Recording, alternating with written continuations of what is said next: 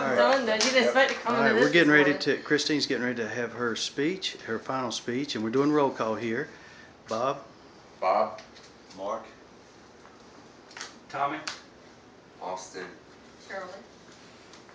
All right, now I'm Robert. Bye, y'all. Thank y'all.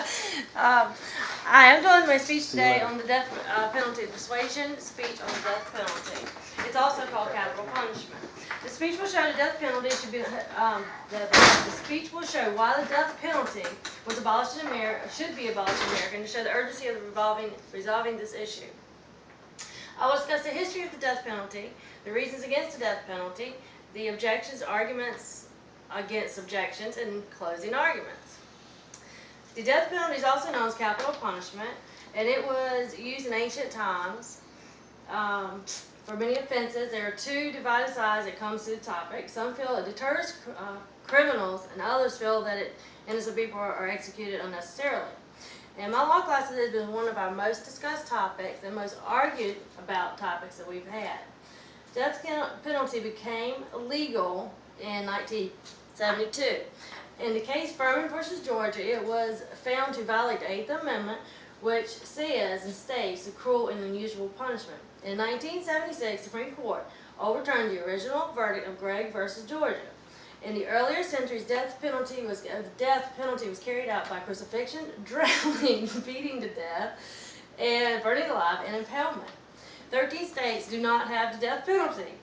Hawaii, District of Columbia, Alaska, Iowa, Maine, Minnesota, Massachusetts, Michigan, North Dakota, Rhode Island, Vermont, West Virginia, and Wisconsin.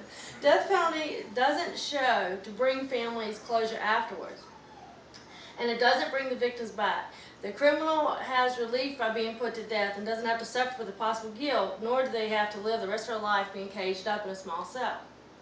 South Carolina death penalty involves these codes. Code 16-3-10, which states murder is the killing of any person with malice after forethought, either expressed or implied. Code 24-3-530, death is done by electrocution or lethal injection. It costs 2 to 3 times greater to use the death penalty than having someone in life in prison. Some say 10 times greater cost. Time and effort by many people are used much more dealing with death penalty cases due to countless appeals, expensive procedures like DNA testing, and the fact appeals drag on for decades. According to the 8th Amendment of the United States Constitution, states against the use of cruel and unusual punishment, so how can we justify using electrocution and lethal injection? My interview with an attorney of Myrtle Beach who represented 2 death penalty cases here, he stated, in quotes, "I don't feel the death penalty in any way deters criminals from killing other human beings. If someone wants to kill someone else, they do not think about the consequences at the time of the murder. People seem to get caught up in the mentality an eye for an eye. Revenge seems to most people's thoughts in favor of the death penalty, and revenge is a very emotional poison in our society. It holds society back more than it moves us forward. We need to look at the death penalty without the emotion involved and look at it through the facts alone." Thank you very much.